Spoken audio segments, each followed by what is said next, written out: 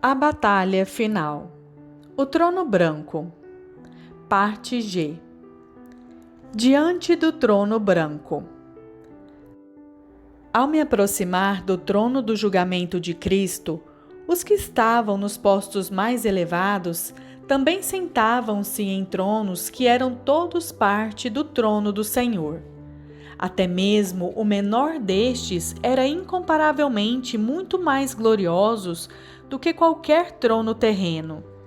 Alguns dos que neles estavam eram governadores sobre cidades da terra, que em breve iriam assumir o seu posto. Outros eram governadores sobre as atividades celestiais, e outros sobre as atividades da criação física, tais como sobre sistemas estelares e galáxias. Entretanto, era notório que aqueles que tinham recebido autoridade sobre cidades eram estimados mais do que os que tinham recebido autoridade sobre galáxias. O valor de uma simples criança era maior do que o de uma galáxia de estrelas, porque o Espírito Santo habita em homens, e o Senhor tinha escolhido os homens para serem o seu lugar de eterna habitação. Na presença de sua glória, toda a terra parecia ser tão insignificante quanto uma mancha de pó.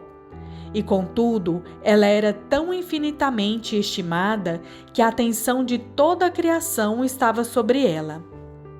Agora que eu me postava diante do trono, me senti menor do que uma pitada de pó. Mesmo assim, senti o Espírito Santo sobre mim de um modo muito maior do que qualquer outro momento da minha vida.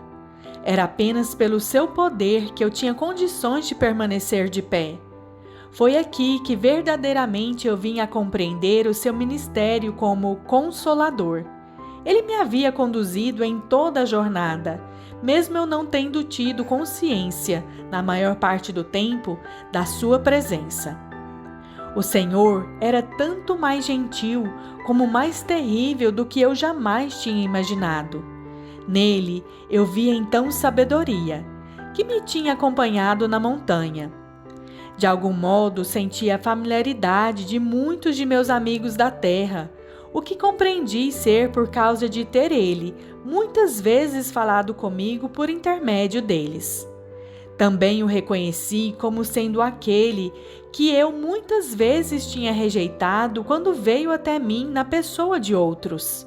Eu vi tanto o leão como o cordeiro, o pastor e o noivo, mas acima de tudo, eu o vi como juiz.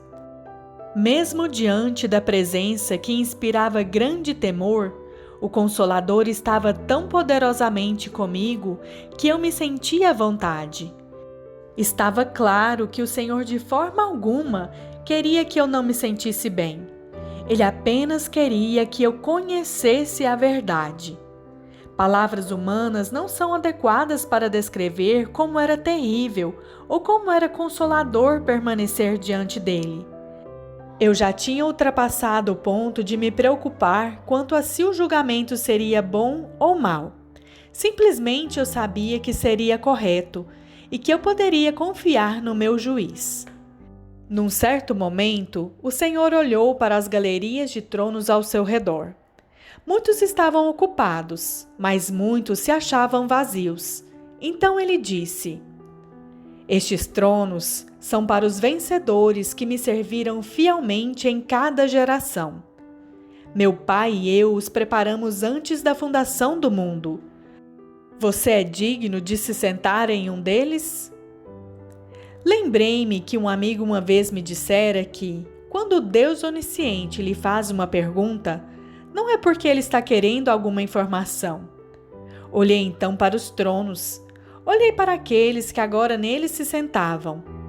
Pude reconhecer alguns dos grandes heróis da fé, mas na sua maioria eu sabia que não eram bem conhecidos na terra. Vi que muitos tinham sido missionários que haviam despendido toda a sua vida em obscuridade. Eles nunca tinham se preocupado em se fazerem conhecidos na terra, mas quiseram ser apenas lembrados pelo Senhor. Eu me senti um tanto surpreso ao ver alguns que tinham sido muito ricos e governantes que tinham sido fiéis com o que haviam recebido. Entretanto, parecia que a maior parte daqueles tronos estava ocupada por mulheres de oração e mães.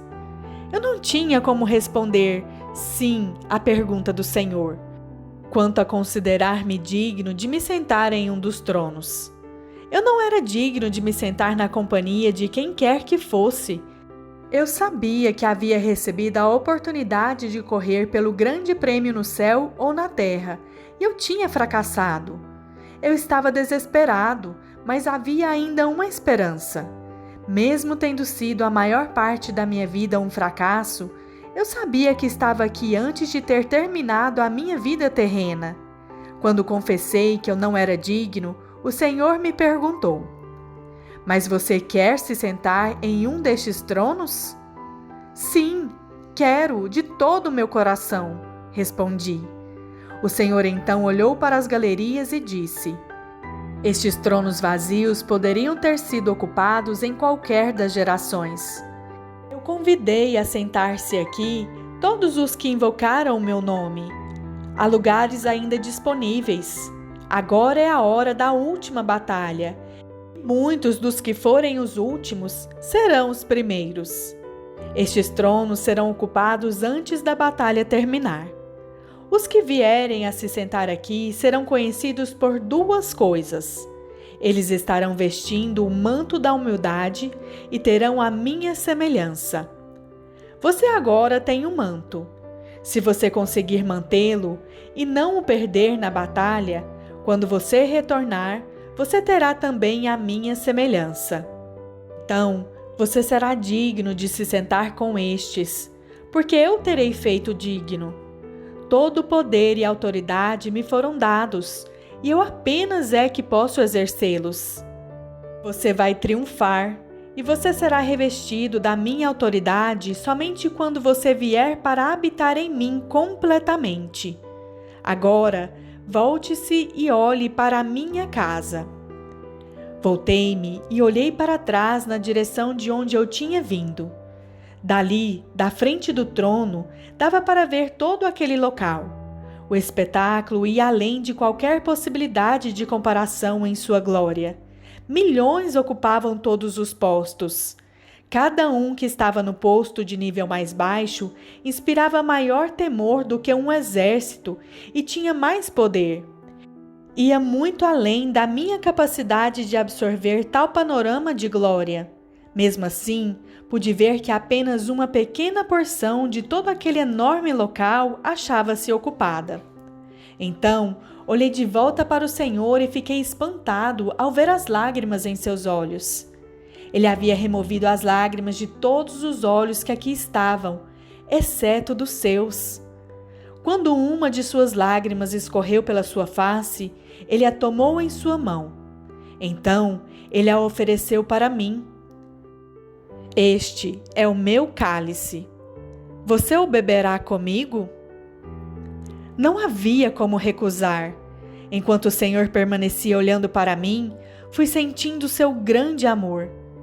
Mesmo sendo tão tolo quanto eu era, ainda assim ele me amava. Mesmo tão imerecedor como eu era, ele queria que eu estivesse perto dele. Então ele disse: eu amo a todos estes com um amor que você agora não pode compreender. Também amo a todos os que deveriam estar aqui, mas que não vieram. Eu deixei as 99 para ir em busca de uma só que estava perdida. Meus pastores não deixam a que está salva para ir em busca das 99 que ainda estão perdidas. Eu vim para salvar os perdidos. Você vai satisfazer o meu coração indo para salvar os perdidos? Você vai contribuir para que este local se complete? Você vai contribuir para que estes tronos venham a ser ocupados, bem como todos os demais lugares deste local? Você vai assumir esta busca de forma a trazer alegria ao céu, a mim e ao meu Pai? Este julgamento é para os da minha casa, e a minha casa ainda não se completou. A batalha final não terminará antes que a minha casa se complete. Somente então será o tempo de remirmos a terra e removermos o mal que está na minha criação. Se você beber do meu cálice, você vai amar os perdidos do mesmo modo como eu os amo. Então, ele pegou um cálice tão simples que parecia estar destoando num lugar assim de tanta glória, e colocou nele a sua lágrima. Então ele o deu a mim. Eu nunca tinha experimentado algo tão amargo. Eu sabia que eu não podia de forma alguma beber todo o conteúdo do cálice, ou mesmo quase todo, mas decidi beber tanto quanto eu pudesse. O Senhor pacientemente esperou até que finalmente eu interrompi num choro tão forte que senti que rios de lágrimas fluíam de mim. Eu chorava pelos perdidos, mas muito mais eu chorava pelo Senhor. Olhei para ele em desespero, já que não conseguia mais beber daquela grande dor. Então, a sua paz foi me enchendo e fluindo junto com o seu amor que eu estava sentindo. Jamais eu tinha experimentado algo assim, tão maravilhoso. Essa era a água viva que eu sabia que fluiria por toda a eternidade. Então, senti como se as águas fluindo em meu interior tivessem pegado fogo. E entendi que este fogo me consumiria se eu não passasse a declarar a majestade da glória do Senhor. Nunca me tinha sentido assim, compelido a pregar, a adorar ao Senhor e a usar cada momento da minha vida para a causa do seu Evangelho. Senhor, clamei, esquecendo-me de todos, exceto dele. Agora eu sei que este trono de julgamento é também o trono da graça. Peço-te que me dês a graça de servir-te.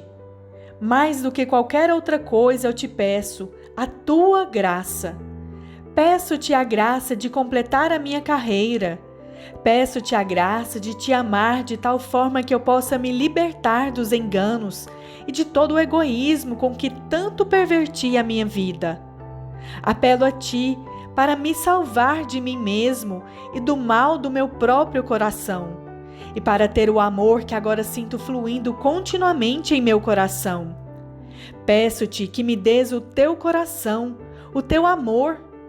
Peço-te a graça do Espírito Santo para me convencer do meu pecado. Peço-te a graça do Espírito Santo de me fazer testemunhar de ti, como tu és na realidade. Peço-te a graça de testemunhar de tudo o que tu preparastes para aqueles que vierem a ti. Peço-te que a graça esteja sobre mim para pregar a realidade deste julgamento.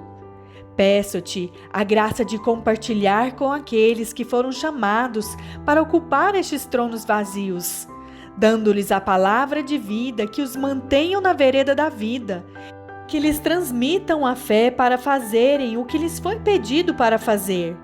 Senhor, eu imploro que me dês esta graça. O Senhor levantou-se e todos os que estavam sentados nos tronos, até onde eu pude ver, levantaram-se também. Os olhos dele queimavam como fogo, de uma forma como nunca eu tinha visto antes. Você apelou pedindo-me graça. Este pedido eu nunca nego. Você vai voltar e o Espírito Santo estará com você. Aqui você pode experimentar tanto a minha bondade como a minha severidade. Dessas duas coisas você terá de se lembrar para que permaneça na vereda da vida. O verdadeiro amor de Deus inclui o julgamento de Deus. Você tem que conhecer tanto a minha bondade como a minha severidade, para que você não caia em engano. Esta é a graça que lhe foi dada aqui, conhecer estas duas coisas. As conversas que você manteve com seus irmãos aqui foram a minha graça. Lembre-se delas. Então, ele apontou a sua espada para o meu coração, depois para a minha boca e em seguida para as minhas mãos. Ao fazer isso, da espada saiu fogo que me queimou, A dor foi muito forte. Isto também é graça, disse ele. Você é um dentre muitos que foram preparados para esta hora. Pregue e escreva sobre tudo o que você viu aqui. O que disse a você, diga a meus irmãos. Vá e conclame os meus capitães para a batalha final. Vá e defenda os pobres e os oprimidos, as viúvas e os órfãos. Esta é a comissão dos meus capitães. E aonde você os encontrará? Meus filhos valem mais para mim do que as estrelas nos céus. Alimente os meus cordeiros. Cuide dos meus cordeirinhos. Dê-lhes a palavra de Deus para que vivam. Vá à batalha. Vá e não retroceda. Vá depressa e assim eu virei depressa. Obedeça-me e apresse o dia da minha vinda. Uma companhia de anjos então veio e me acompanhou enquanto me retirei de diante do trono. O chefe deles veio ao meu lado e começou a falar. Agora que ele se pôs de pé, não vai se sentar novamente até que a batalha final termine. Ele estava sentado até o tempo em que os seus inimigos serão postos por baixo de seus pés. Este tempo agora chegou. Legiões de anjos que estavam de prontidão desde a noite de sua paixão foram agora liberados sobre a terra. As hordas do inferno também foram liberadas. Este é o tempo que toda a criação tem esperado. O grande mistério de Deus em breve estará terminado. Agora lutaremos até o fim. Lutaremos com você e com os seus irmãos.